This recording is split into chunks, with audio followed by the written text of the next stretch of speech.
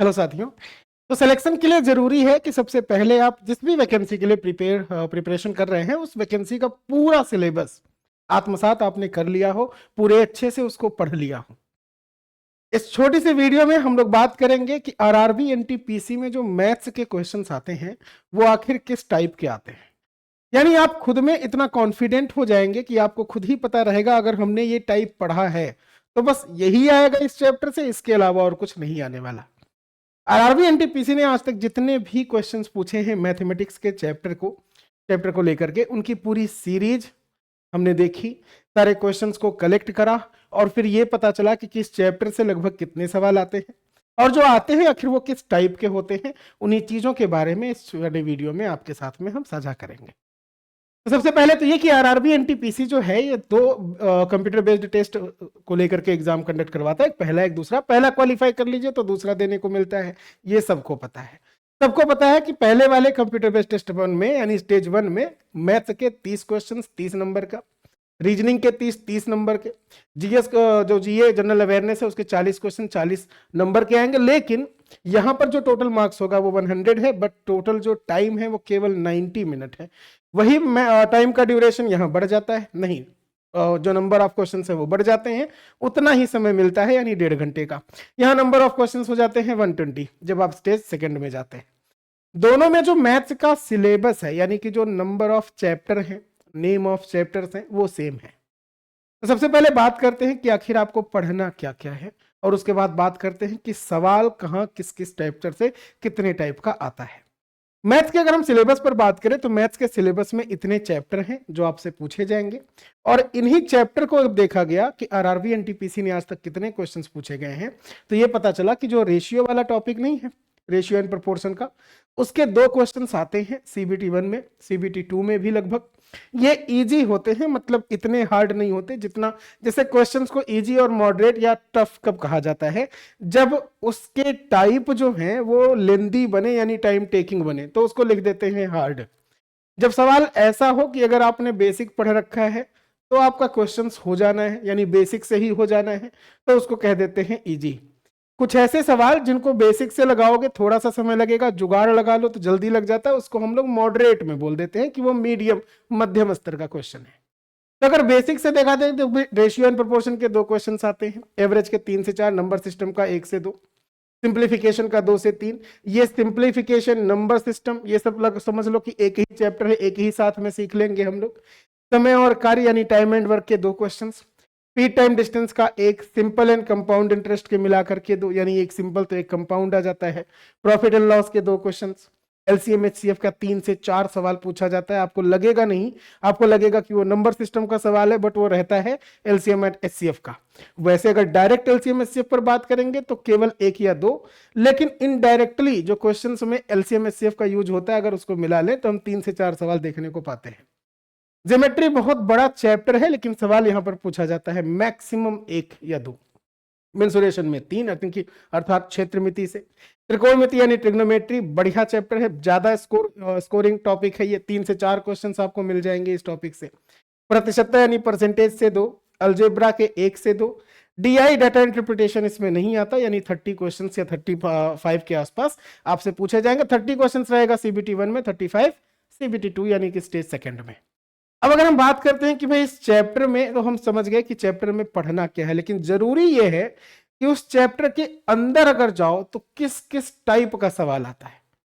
यानी अगर हम टाइप पर बात करें तो भाई टाइप देखो नंबर सिस्टम के कितने हैं, टोटल मिलाकर के 8 टाइप के क्वेश्चंस ही आरआरबी एनटीपीसी पूछता है। लेकिन बाकी क्वेश्चंस बाकी चैप्टर में कैसे आते हैं, आने से पहले मैं आपको बता दूं, आरआरबी एनटीपीसी का जो समर्पण 2.0 है, समर्पण पहला जो बैच था वो पूरी तरह से कंप्लीट है। रिकॉर्डेड फॉर्म में आप चाहो तो उसको भी देख सकते हो। ये अभी जारी है लगातार, आधा सिलेबस से ज्यादा कंप्लीट हो चुका है इसका। लाइव क्लासेस जाती हैं और लाइव अगर आप नहीं देख पाते तो बाद में रिकॉर्डेड फॉर्म में देख सकते हो। वैलिडिटी टिल एग्जाम तक रहती है। ये बैच स्टार्ट हो चुका है, अगर आपने अभी तक एसएसजी गुरुकुल पर आप नहीं हो तो इस बैच को जरूर देख लीजिएगा। मैं पहले अपना टाइम जो अपना टॉपिक है वो वाला कवर कर लूं, फिर इस बैच के बारे में आपको पूरी इंफॉर्मेशन मैं लास्ट में बताता हूं। फिलहाल तो एसएसजी गुरुकुल के एप्लीकेशन पर ये पूरा बैच कंप्लीट जारी है आप ही सबके लिए। नंबर सिस्टम पर बात करते हैं तो भाई टोटल 8 टाइप के क्वेश्चंस बनेंगे, जिनमें सबसे ज्यादा जो इंपॉर्टेंट है वो जो नंबर्स होते हैं यानी natural, whole number, integer numbers, prime, composite, उन पर बेस्ड जो मूल अवधारणा यानी कि जो बेसिक कॉन्सेप्ट है उसको लेकर के सबसे ज्यादा सवाल बनता है।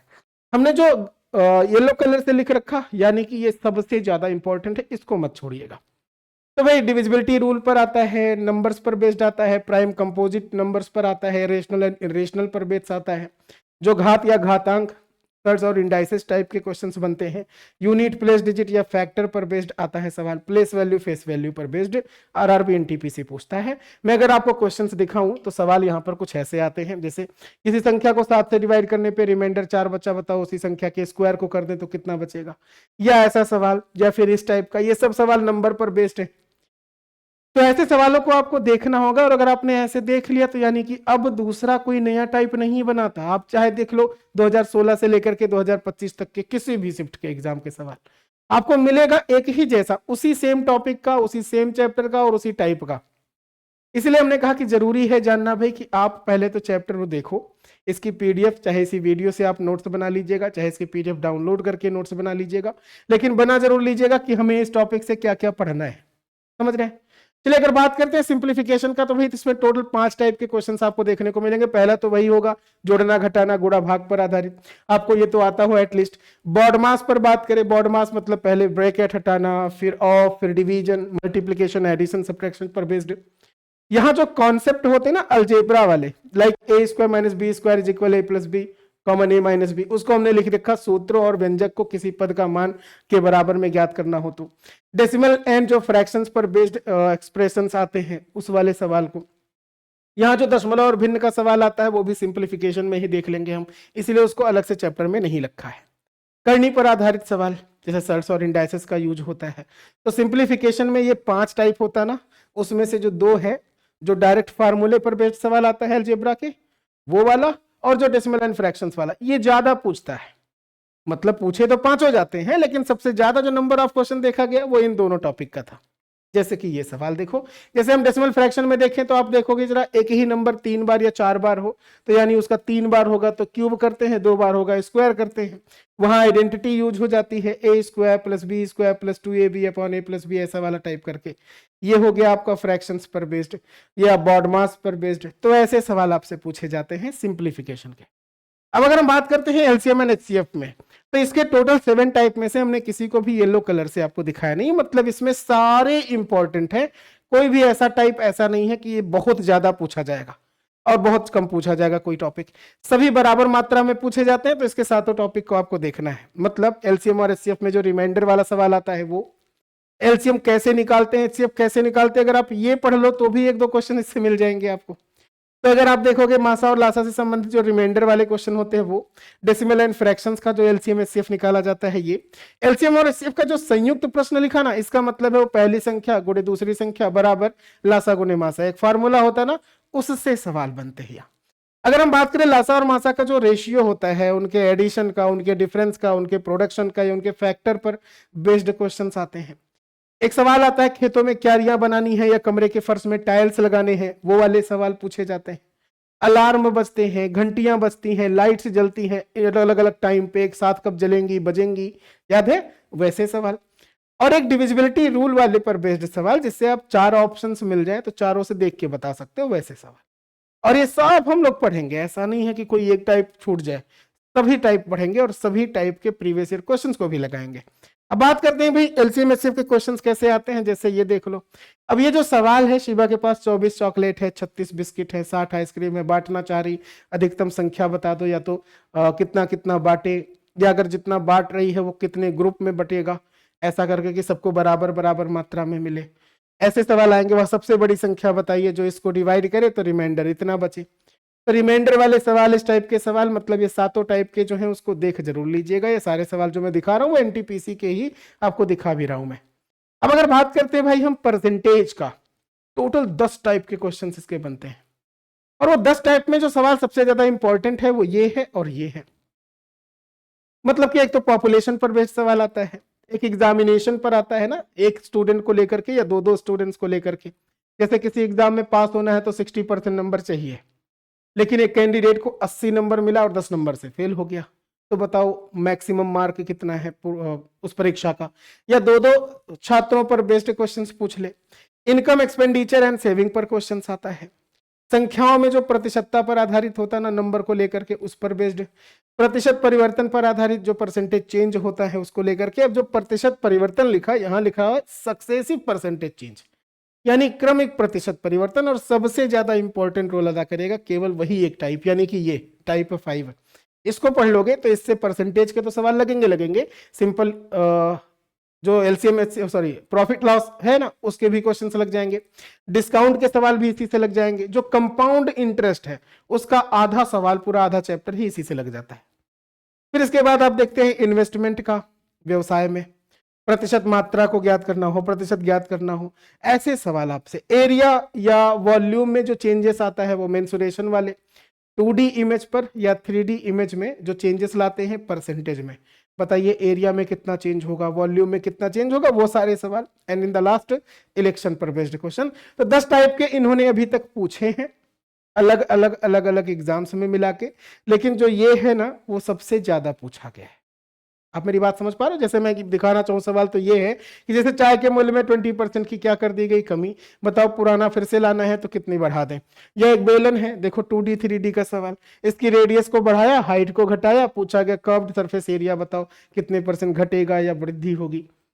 समझ रहे हो? तो ऐसे क्वेश्चन परसेंटेज के बनते हैं, सबसे ज्यादा ये आता है सक्सेसिव टाइप का। ठीक है, अब अगर बात करते हैं प्रॉफिट एंड लॉस की, तो प्रॉफिट एंड लॉस में, लाभ और हानि में टोटल अगर टाइप की बात करी जाए तो इतनी है, लेकिन इंपॉर्टेंट है आपके 3 7 में से। तो सबसे पहले तो आपको प्रॉफिट लॉस लगाने के लिए सीपी पता होना चाहिए, एसपी पता होना चाहिए, प्रॉफिट परसेंट लॉस परसेंट कैसे निकालते वो पता होना चाहिए। फिर आप सीपी बताना सीख जाओगे, एसपी बताना सीख जाओगे। जब दो वस्तुओं के सीपी एसपी पर बेस्ड क्वेश्चंस बनेगा वो वाला सीख जाओगे। मतलब एग्जांपल के लिए ये ऐसे सवाल, ऐसे क्वेश्चन सबसे ज्यादा पूछे जाते हैं। किसी आर्टिकल की सेलिंग पर बताओ 12.5% 10.5% के लॉस के बीच का डिफरेंस ये है, नहीं लगा पाते? बिल्कुल कर लोगे। ऐसे हर एक 2 खिलौने को बेचा और दोनों को बेच दिया 990 में। पहले को बेचा तो 10% लॉस, दूसरे को बेचा 10% लॉस है। बताओ पूरे सौदे में क्या हुआ। अब ये जो टाइप है ये परसेंटेज का है, सक्सेसिव परसेंटेज चेंज का, और ला करके यहाँ यूज कर लिया प्रॉफिट एंड लॉस में। तो कहने का मतलब है जितना पिछला पढ़ते जाओगे ना उसका आगे यूज होता जाएगा।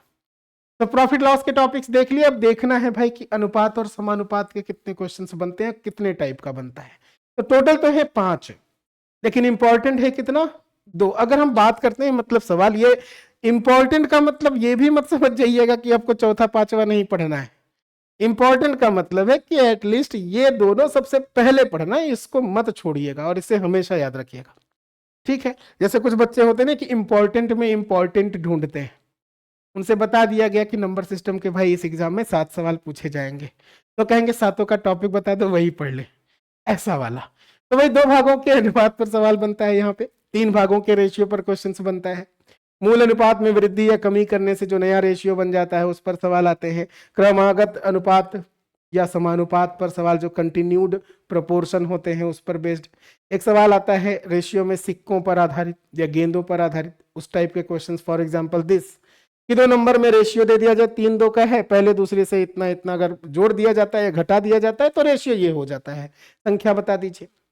या किसी धनराशि को एबीसी में इस प्रकार से डिवाइड करना था कि 2 3 5 मिले और बीसी के हिस्से में पॉजिटिव डिफरेंस दे रखा है, एक्स का मान बता दो। रेशियो से वैल्यू बताने पर सवाल बनता है। वही चीज हमने यहां पर आपको टाइप में लिख करके दिखा दिया था। चलिए बात करते हैं आगे अगले चैप्टर पे। टाइम एंड वर्क यानी कि कार्य और समय, इसके भाई 6 टाइप के बनते हैं सवाल, और यहां पर हमने लिख रखा है। फिलहाल हम आपको बता दें कि सबसे ज्यादा किससे पूछा जाता है। देखिए, एक तो आता है सवाल M1 D1 T1 upon W1 वाला बराबर M2 D2 T2 upon W2। अरे कुछ आदमी किसी काम को 6 घंटे में डेली करते हैं तो 12 दिन में कंप्लीट होता है। बताइए कितने आदमी मिल जाए तो उसी काम को 4 घंटे डेली करेंगे, कितने दिन में कंप्लीट करेंगे, है ना? ऐसा सवाल। 3 बंदर 3 मिनट में 3 केले खाते हैं, बताओ 300 बंदर 300 मिनट में कितने केले खाएंगे, उस टाइप का क्वेश्चन। एक आता है कि जैसे 2 या 3 लोग काम कर रहे हो, अलग अलग टाइम दिया जाए, फिर तीनों को साथ में करवाने लगे, बताओ पूरा काम कब समाप्त होगा, ऐसे सवाल। तो 2 2 हो, 3 3 हो, वैसे व्यक्तियों में। अब ऐसे सवाल भी आते हैं कि जब काम शुरू हो जाए, मिलकर के काम शुरू कर दे, कुछ दिनों बाद कोई छोड़ देता है, तो काम कब कंप्लीट होगा। अब तब काम कंप्लीट कब होगा, इस पर दो सवाल बनता है। एक शुरू होने के कितने दिन बाद छोड़ा, एक लास्ट खत्म होने से कितने दिन पहले छोड़ा। ये दोनों टाइप का सवाल। एंड द लास्ट है कि कार्य कुशलता और मजदूरी, यानी जो वेजेस होता है, जो लेबर चार्ज होता है, वो कितना बटना चाहिए इफिशियंसी के अकॉर्डिंग, उस पर बेस्ड सवाल। जैसे ये कि भाई लड़के हैं लड़कियां हैं बच्चे, यहाँ पुरुष महिला बच्चों पर आधारित भी क्वेश्चंस पूछ सकते हैं। दो दो लोग हैं ए बी और वो 6 दिन में कंप्लीट करते हैं। ए अकेले की एफिशिएंसी 9 दिन में कंप्लीट कर लेगा, बी बताओ कितने दिन में करेगा अकेले। या फिर ऐसा सवाल।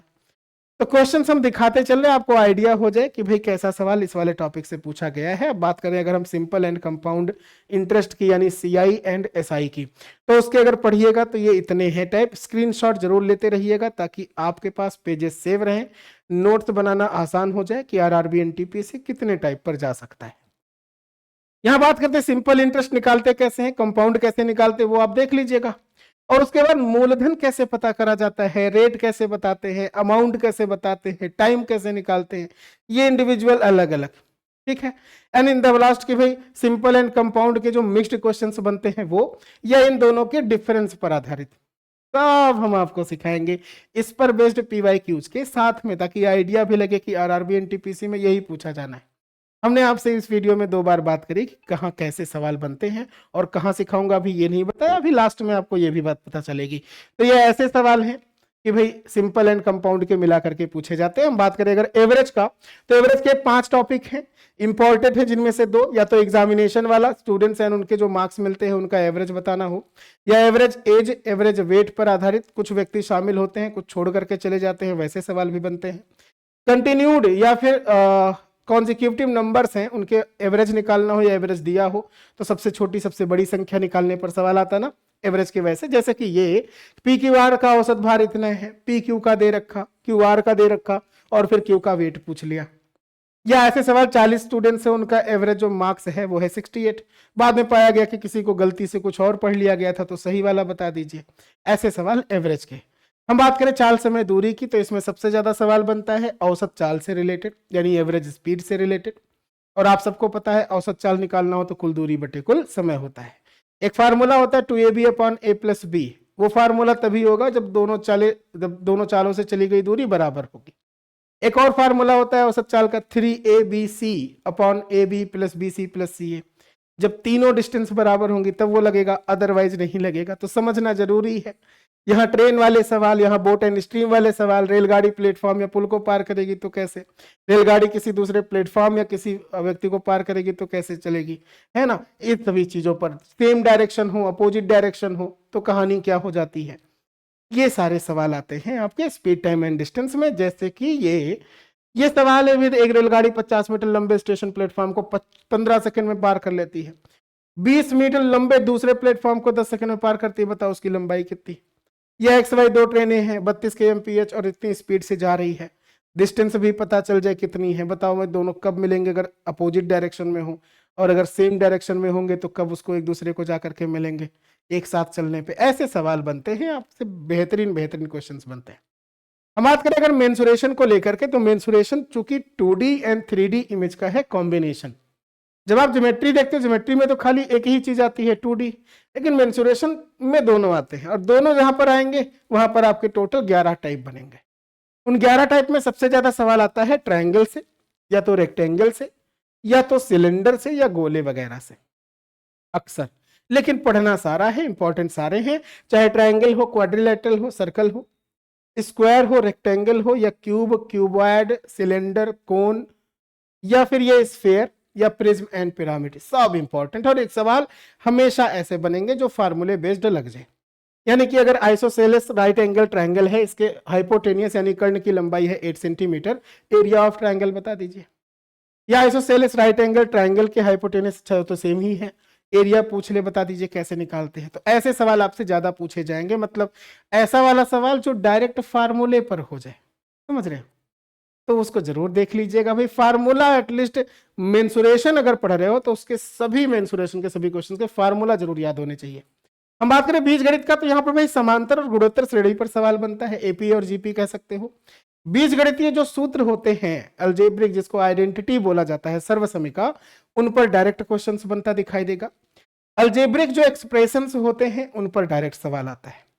एक होता है क्वाड्रेटिक इक्वेशन में मूलों का योगफल, मूलों का गुणनफल, वो बहुत ज्यादा इंपॉर्टेंट है, उसको मत छोड़िएगा चाहे जैसे भी, और उसको यहां पर डाल दीजिएगा टाइप नंबर 4 पे।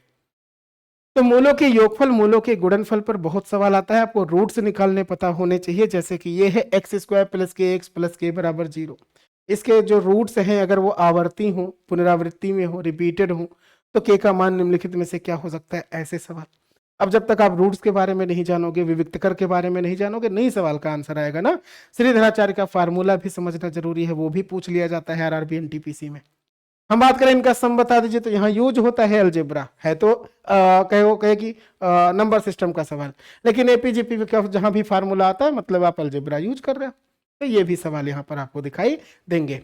अब बात करते हैं भाई ट्रिग्नोमेट्री यानी कि त्रिकोणमिति। इसमें यूज है मेंसुरेशन या ज्योमेट्री का, जो आपने ट्राइंगल पढ़ा था ना उसका।